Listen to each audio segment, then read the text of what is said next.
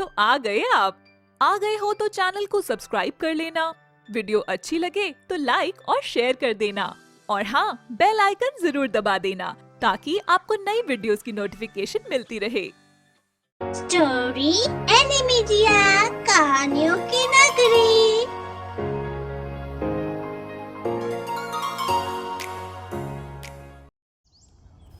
ये कहानी है लुधियाना की, जिसमें रवि नाम का लड़का रहता था। रवि की संगति कुछ अच्छी नहीं थी। उसके माता पिता भी उसे समझा समझा कर बहुत थक जाते हैं, पर उसकी समझ में कुछ नहीं आता। तब एक दिन रवि की माँ रवि के पिता से कहती है, सुनो जी, हमें रवि की शादी कर देनी चाहिए, नहीं तो न जाने ये अपनी जिंदगी का क्या हाल कर लेगा।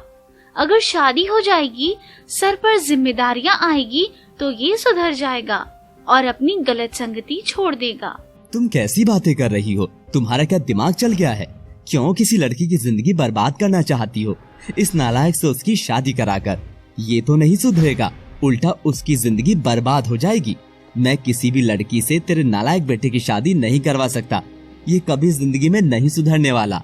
ऐसा नहीं है, मैंने देखा है बुरे बुरे लोग भी शादी के बाद सुधर जाते हैं।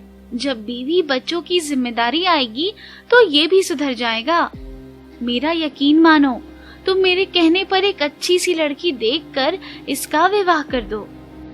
रवि के पिता उसकी माँ की बात मानकर रवि के लिए एक अच्छी सी लड़की देख लेते हैं, सुजाता नाम की। सुजाता बहुत ही सुंदर और संस्कारी लड़की थी। फिर दोनों परिवार मिलते हैं। साथ ही जब सुजाता रवि को एक बार देखती है तो रवि उसके मन में बस जाता है और वो मन ही मन उससे प्यार करने लगती है। कुछ समय बाद दोनों की शादी हो जाती है। तुम बहुत ही सुंदर हो। सोचा भी नहीं था कि तुम जैसी लड़की कभी मेरी जिंदगी में आएगी भी। तुम देखना, मैं तुम्हारे लिए सब कुछ कर लूंगा। तुम्हें दुनिया की सारी खुशियाँ दूंगा। मैं भी आपसे बहुत प्यार करती हूँ। मैंने भी जब आपको पहली बार देखा था तभी से अपना सब कुछ आपको मान लिया था और मैं भी आपकी हमेशा बात मानूंगी और आपके परिवार का सम्मान करूंगी। सुजाता की जिंदगी में आने के बाद रवि पूरी तरह बदल जाता है। वो उससे बहुत प्यार करने लगता है और उसकी बुरी संगति भी उससे दूर हो जाती है और उसे सिर्फ सुजाता ही सुजाता दिखाई देती है। वो उससे इतना प्यार करता है कि उसकी हर जरूरत को पूरा करना अपना कर्तव्य समझता था और वो पूरी तरह से बदल जाता है। फिर सुजाता और वो शहर आ जाते हैं, जिससे वो अच्छा काम कर सके और अच्छा कमा भी सके, ताकि अच्छे से अपनी पत्नी और माता पिता का ध्यान रख सके। पर कुछ ही समय बाद उसके माता पिता की मृत्यु हो जाती है। फिर उसके कुछ समय बाद सुजाता रवि से कहती है, रवि, मैं आपसे ये कहना चाहती हूँ कि मैं माँ बनने वाली हूँ और हमारे घर में बहुत जल्दी एक सुंदर सा प्यारा सा नया मेहमान आने वाला है। तुम सच कह रही हो सुजाता, ये तो बहुत अच्छी बात है। मैंने कभी सोचा भी नहीं था कि मेरी जिंदगी में इतनी खुशियाँ आएंगी। जब से तुम मेरी जिंदगी में आई हो, मेरा जीवन खुशियों से भर गया है। तुम्हारा बहुत बहुत धन्यवाद मेरी जिंदगी में आने के लिए। सुजाता और रवि बहुत खुश हो जाते हैं। अपने बच्चे की आने की खुशी में रवि उसका और भी ज्यादा ध्यान रखने लगा। एक दिन सुजाता कपड़े सुखा रही थी तो उसे कुछ लड़के दिखाई दिए। उन लड़कों को देखकर वो डर जाती है क्योंकि उनकी नजर गंदी थी। शाम को वो देखती है कि रवि उन्हीं लड़कों के साथ आता है और सुजाता से कहता है, सुजाता देखो, ये मेरे गांव के दोस्त हैं। आज अचानक से मुझे यहाँ मिल गए तो मैं इन्हें घर ले आया। तुम जल्दी से इनके लिए खाने पीने का इंतजाम कर दो। ठीक है, मैं जल्दी इनके खाने पीने का इंतजाम करती हूँ, आप चिंता मत करिए।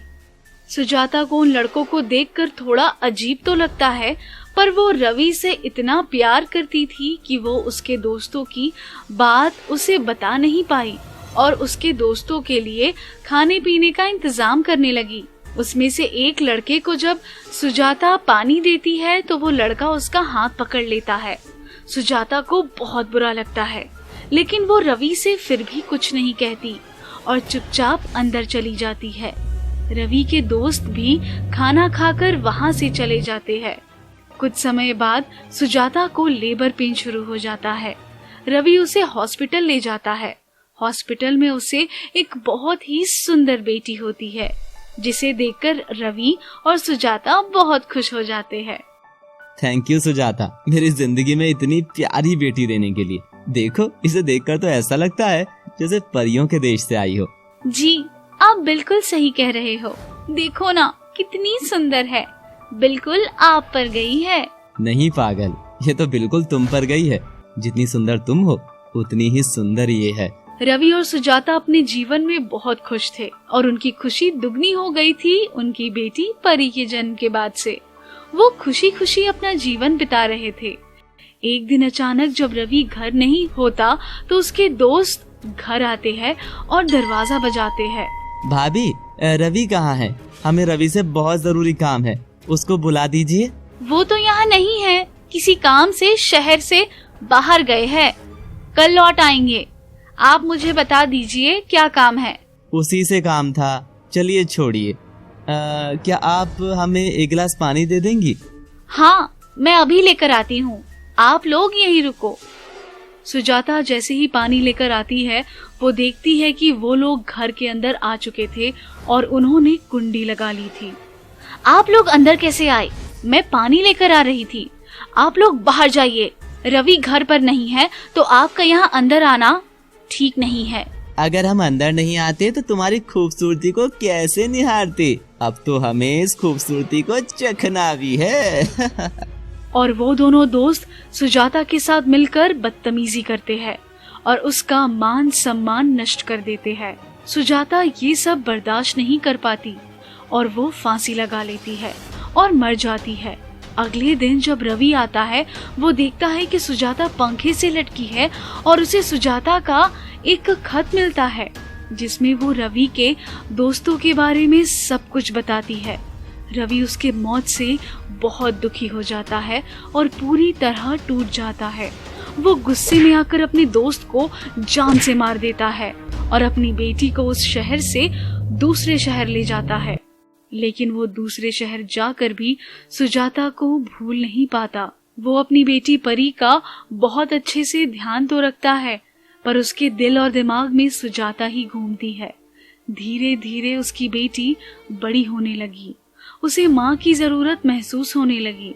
जब सब बच्चों के पास माँ को देखती है तो वो रवि से पूछती है, पापा पापा, मेरी माँ कहाँ है? सब दोस्तों के पास माँ है, मेरी माँ कहाँ है? मुझे भी माँ चाहिए, मैं माँ के बिना नहीं रह सकती, मुझे माँ ला कर दो। बेटा, तुम्हारी माँ भगवान की पूजा करने ऊपर गई है और वो जल्दी लौट कर आ जाएगी। भगवान के पास क्यों? उन्हें भगवान ने अपने पास क्यों बुलाया है? उन्हें नहीं पता कि मुझे भी माँ की जरूरत है? पता है बेटा, लेकिन भगवान अच्छे लोगों को ही अपने पास बुलाते हैं और आपकी माँ दुनिया की सबसे अच्छी माँ थी और सबसे अच्छी पत्नी भी, इसीलिए उन्हें भगवान ने अपने पास बुला लिया। रवि जैसे तैसे अपनी बेटी को समझा देता है, लेकिन धीरे धीरे उसकी बेटी बड़ी होने लगती है और उसकी इच्छा और बढ़ने लगती है।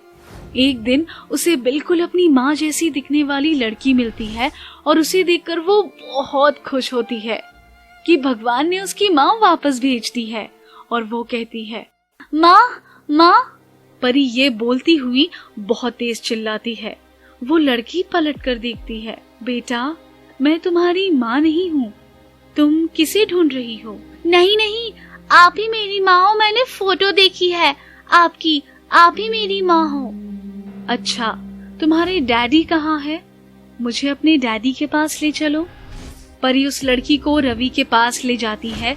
रवि भी उस लड़की को देखकर चौंक जाता है क्योंकि उसकी शक्ल बिल्कुल ही सुजाता से मिलती है। फिर वो लड़की रवि से कहती है, इसकी माँ कहाँ है? ये मुझे अपनी माँ बोल रही है, क्या इसकी माँ नहीं है? नहीं, इसकी माँ इस दुनिया से जा चुकी है, किसी कारणवश उसकी मृत्यु हो गई। ये अब तुम्हें अपनी माँ इसलिए बता रही है क्योंकि तुम्हारी शक्ल बिल्कुल इसकी माँ से मिलती है। फिर रवि सुजाता की तस्वीर उस लड़की को दिखा देता है। लड़की वो तस्वीर देखकर चौंक जाती है। उसे बहुत दुख होता है कि इतनी छोटी सी बच्ची की माँ नहीं है। वो खुद भी अनाथ थी, इसीलिए परी के दर्द को समझ पाती है। फिर वो अक्सर परी से मिलने लगी और उसे माँ की तरह प्यार देने लगी। एक दिन वो रवि से कहती है, मैंने तुमसे कभी नहीं पूछा, लेकिन क्या मैं जान सकती हूँ तुम्हारी बीवी की मृत्यु कैसे हुई? नहीं, तुम नहीं जान सकती। तुम्हें क्या मतलब है? तुम मेरी बेटी से प्यार करती हो, इसलिए मैंने तुम्हें इस घर में आने की इजाजत दी है, लेकिन मेरी निजी जिंदगी में दखल देने की कोई जरूरत नहीं है तुम्हें। वो लड़की रवि की बातों से बहुत दुखी हो जाती है और बहुत रोती है। उसे रोता देख रवि उसके पास जाता है और सुजाता के बारे में उसे सब कुछ बता देता है। सुजाता के बारे में सुनकर वो लड़की बहुत दुखी हो जाती है और वो रवि को गले लगा लेती है और उससे कहती है, मैं तुमसे शादी करना चाहती हूँ। मैं सच में तुम्हारी बेटी की माँ बनना चाहती हूँ। क्या तुम मुझसे शादी करोगे? क्योंकि जो कुछ भी हुआ उसमें तुम्हारी कोई गलती नहीं है। तुम्हारी संगति गलत थी, जिसका असर तुम्हारी शादीशुदा जिंदगी पर पड़ा। लेकिन मैं अब तुम्हें सुजाता की तरह प्यार देना चाहती हूँ और तुम्हारी बेटी की माँ बनना चाहती हूँ। मुझे बनने दो उसकी माँ। फिर रवि अपनी बेटी के लिए उसकी मांग में सिंदूर भर देता है और उन दोनों की शादी हो जाती है और वो तीनों खुशी खुशी रहने लगते हैं। चैनल को सब्सक्राइब कर लेना, वीडियो अच्छी लगे तो लाइक और शेयर कर देना और हाँ, बेल आइकन जरूर दबा देना ताकि आपको नई वीडियोस की नोटिफिकेशन मिलती रहे।